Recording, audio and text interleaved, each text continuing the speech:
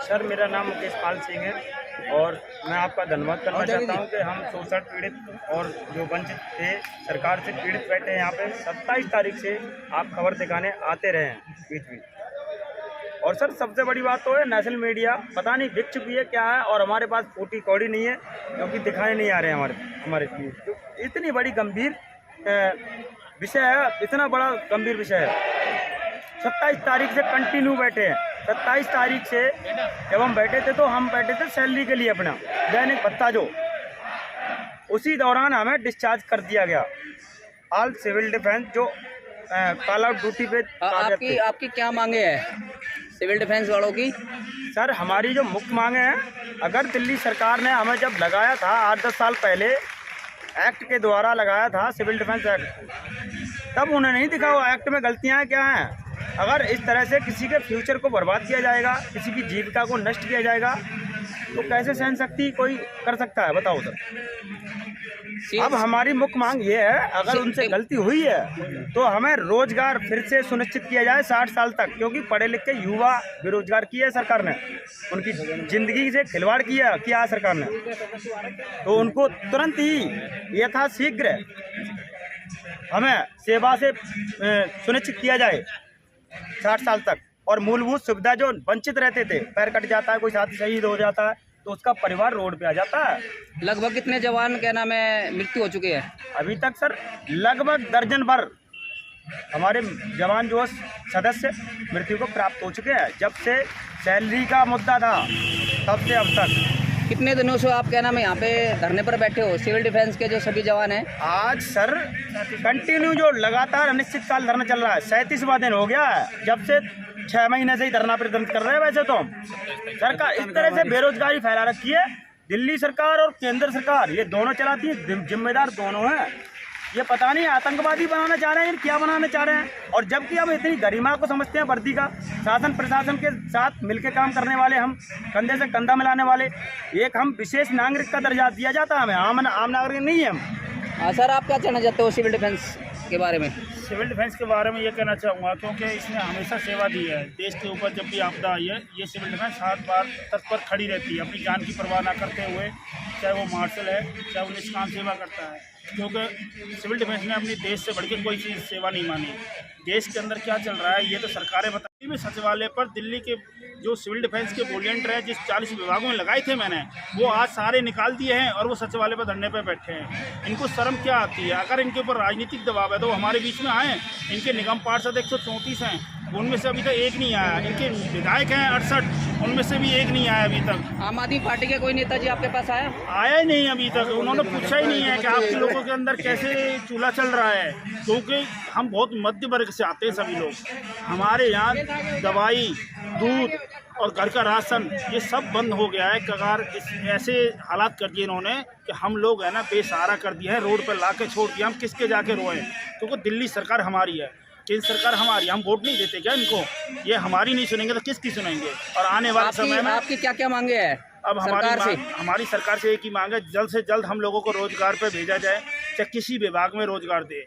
और नहीं समाधान करेगी तो ये सिविल डिफेंस पूरी दिल्ली के अंदर प्रचंड अपनी ताकत दिखाएगी और सरकार को हिला के छोड़ेगी, सरकार बदल के छोड़ेगी अगर इन्होंने हमें रोजगार नहीं दिया।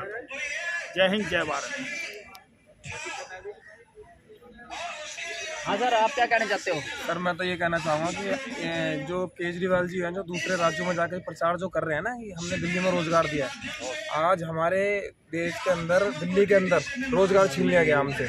जिन लोगों के पास किराया तक नहीं है मकान का, जिनके बच्चे भूखे मर रहे हैं, क्या उनकी तरफ उनको दिखता नहीं है क्या उनका परिवार नहीं है क्या? केंद्र सरकार और दिल्ली सरकार ने कोई अब तक कोई क्या नाम है आपके पास कोई लेटर आया है उनकी तरफ से? नहीं, निकालने का लेटर आया लेकिन हमें आश्वासन में कुछ नहीं दिया और हम यहाँ एक महीने से हम बैठे हैं, 1 महीने से ज़्यादा। नहीं आप डायरेक्ट क्या नाम है होमगार्ड में जाना चाहते हो या क्या नाम आप चाहते हो कि क्या नाम है भाई आपको क्या नाम है उसमें आप जो भर्ती आपको क्या नाम है दोबारा भर्ती में जाओगे? होमगार्ड में अगर ये करेंगे ना सर ये तो फिर इसमें ना आधे से ज़्यादा लोग निकल जाएंगे जिनकी हाइट कम है, किसी का फिजिकल किसी में निकल जाएगा। इसमें कहोगे 10वीं की जगह 12वीं कर दिया और उम्र भी घटा दी है, तो ये तो हमारे साथ धोखा ही किया इन्होंने और हमें बेरोजगार कर दिया। इसमें आपको पता होगा कि धरने के दौरान ही मेरा हाथ भी टूट गया। ये देखो हाथ भी मेरा टूट चुका है। देखो ये देखो हड्डी टूट गई है मेरी यहाँ की हड्डी। तो इन लोगों को ये नहीं दिखता कि कितने लोग शहीद भी हो गए, मर गए। आप वोट बैंक की राजनीति कर रहे हो, वैसे आप आम जनता के वो बताते हो कि हम मसीहा हैं। लगभग कितने दिन हो गए आपको धरने बैठे हुए? 1 महीने से ज़्यादा हो गया, 37वां दिन है। हाँ, तो इन लोगों को दिखता नहीं है कि हम लोगों के साथ क्या हो रहा है, और उनको सब पता है कि सचिवालय में बैठे हैं, सब देख रहे हैं। एलजी साहब से या कहना गृह मंत्री अमित शाह जी से या सीएम केजरीवाल से आपको कोई लोग मीटिंग, आपकी मीटिंग हुई है आपने कोई? अभी तक कोई मीटिंग नहीं हुई है, और ना ही उन्होंने किसी अधिकारी ने आकर यहाँ पर हमसे बात की है। सिर्फ हमें आश्वासन पर आश्वासन ही मिल रहा है कि आपका कि कुछ भी जवाब नहीं आ रहा हम लोगों के लिए। कई लोग भूखे मर रहे हैं, हमारे यहाँ पर शौचालय तक बंद करवा दिए महिलाओं के लिए रात को। और इससे बड़ी शर्म की बात क्या होती है कि महिलाएं जंगलों में गई हैं, बताओ, शौच करने के लिए, खाना बंद करवा दिया गया। इस सौतेला व्यवहार हम लोगों के साथ किया गया है।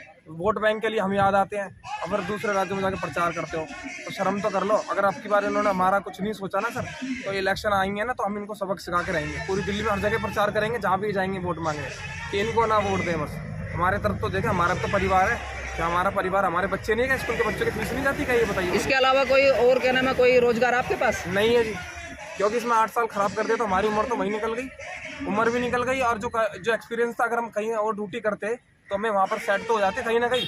यहाँ तो मैंने इधर का छोड़ा ना उधर का, वाली कहावत सुनी ना, धोबी कुत्ता ना इधर का, घाट का ना उधर का, तो वही हमारे साथ हुआ है। तो मैं इस वीडियो के माध्यम में कहना चाहूँगा कि आप इस वीडियो को सबसे ज़्यादा शेयर भी करें, ताकि दिल्ली सरकार तक आवाज़ जाए कि दिल्ली सरकार हमारे साथ सौतेला व्यवहार क्यों कर रही है। सचिवालय के सामने हम बैठे हुए हैं, तो इनको पता नहीं है कि हम सचिवालय के सामने बैठे हुए हैं। अदर क्या कहना चाहते हो आप सिविल डिफेंस? देखिए, दिल्ली नागरिक सुरक्षा जो संस्था है, वह उसके संविधान में ये प्रॉपर सिस्टमेटिक तरीके से बना हुआ है कि दिल्ली नागरिक सुरक्षा या नागरिक सुरक्षा वो निष्काम सेवा के लिए जानी जाती है, और संस्था ही निष्काम सेवा संस्था है। उसके बावजूद भी कई प्रकार से, पहले तो किरण बेदी मैम जब वो खुद IPS थी दिल्ली में, तब उन्होंने संशोधन किया और सिविल डिफेंस को वर्दीधारी बनाया, और जितने भी सिविल डिफेंस के कार्यालय थे उसमें पेड ड्यूटी देने का काम किया। और जो भी डिजास्टर मैनेजमेंट का काम है वो सब सिविल डिफेंस संभाल रही थी। अब दिल्ली की सरकार आई, चुनी हुई सरकार जो भारी बहुमत से दिल्ली में सरकार बनी, आप लोगों ने भी बड़ी सराहना किया इन सरकार का। तो सरकार ने रोजगार का वादा किया है, पेपर का कटिंग अभी भी मेरे पास रखा हुआ है, पक्का करने का भी आश्वासन दिया, और रोजगार करने का आश्वासन किसने दिया? दिल्ली सरकार ने, केंद्र सरकार ने? दिल्ली सरकार ने, जो सबसे भारी बहुमत की सरकार बनी, उस सरकार ने इसको पक्का करने का भी आश्वासन दिया है, जिसका पेपर में भी कटिंग आया है और वीडियो भी मेरे पास पड़े हुए हैं। आप कहेंगे तो आपको मैं शेयर कर दूंगा। तो उसके बाद क्या हुआ, हम लोगों ने 8 साल 10 साल जब चल गई ये नौकरी, हम लोग 3 साल के लिए 3 साल बाद हमें रिन्यू कराना होता है। 3 साल के बाद भी जब ये नौकरी चल गई तो हम लोग उसको अपना पेशा समझ बैठे, और अपना घर का खर्चा और दिनचर्या उसी को सेट कर दिए, और समझ गए कि हमको अब यही करना है। तो ये करके हमारा घर चल रहा था।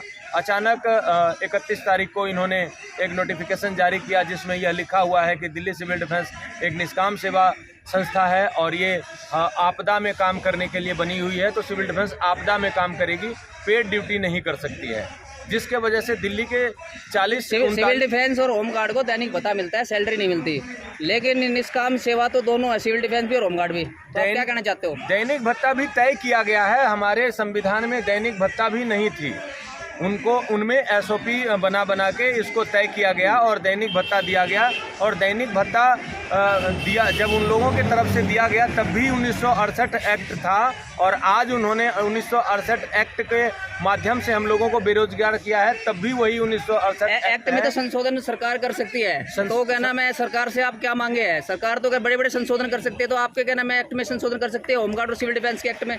भारत का जो मेन संविधान है, 100 से ऊपर संविधान में संशोधन हुआ है, और भारत के सिस्टम को बनाने का काम किया गया है।